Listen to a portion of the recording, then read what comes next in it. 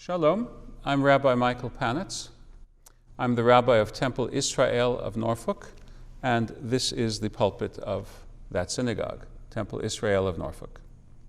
At this time, I'd like to speak to you on the subject of the spirituality of nourishment. The spirituality of nourishment.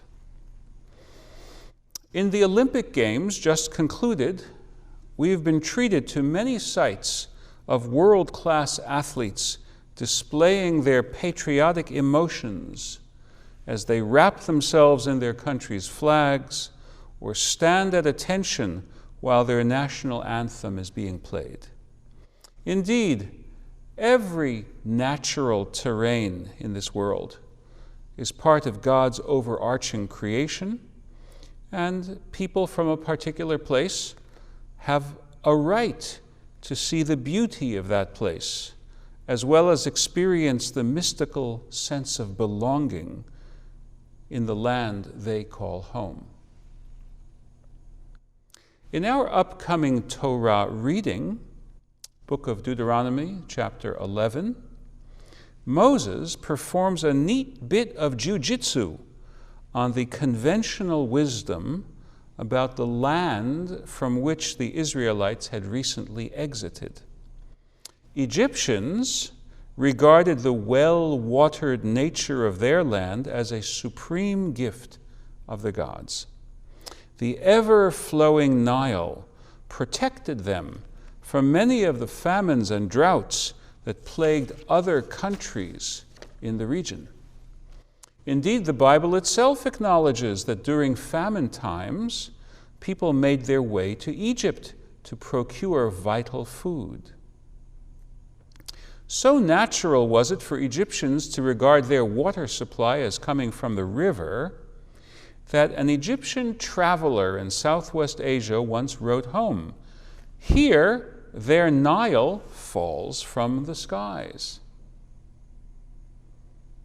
But in the passage that Jewish people will read this coming Sabbath, Moses takes the intermittent, seasonal nature of rain in the land of Israel as a sign of special relationship to God. Notice that, while not showing disrespect for the climate of Egypt, Moses manages to frame the climate of Israel as especially conducive to spirituality.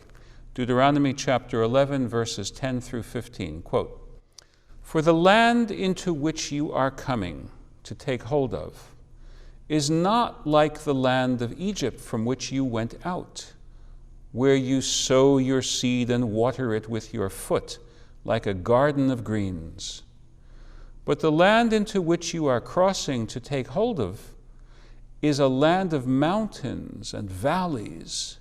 From the rain of the heavens you will drink water, a land that the Lord your God seeks out perpetually. The eyes of the Lord your God are upon it from the year's beginning to the year's end. If you indeed heed my commands with which I charge you today to love the Lord your God and to worship God with all your heart and with all your being, I will give the rain of your land in its season, early rains and late, and you shall gather in your grain and your wine and your oil. And I will give grass in your field to your beast, and you shall eat and be sated." Notice the if. In the continuation of the passage, Moses cautions that if the Israelites fail to keep their covenant with God, they will imperil the supply of God's natural blessings of water and abundant food. In the first part of the 20th century, some prayer book editors left out that cautionary text, fearing that it would expose Judaism to ridicule on the charge of being unscientific. Today, we can recognize that the Bible is cautioning us in its own idiom, considering the vast danger of climate change that people have perpetrated. We can again read those words of caution and hopefully take them seriously. take them to heart, and act upon them. But let us focus for now on the positive. Moses is saying that growing, harvesting, and consuming food is an act that must be connected to our relationship with God. Let us allow that basic lesson to echo in the chambers of our consciousness.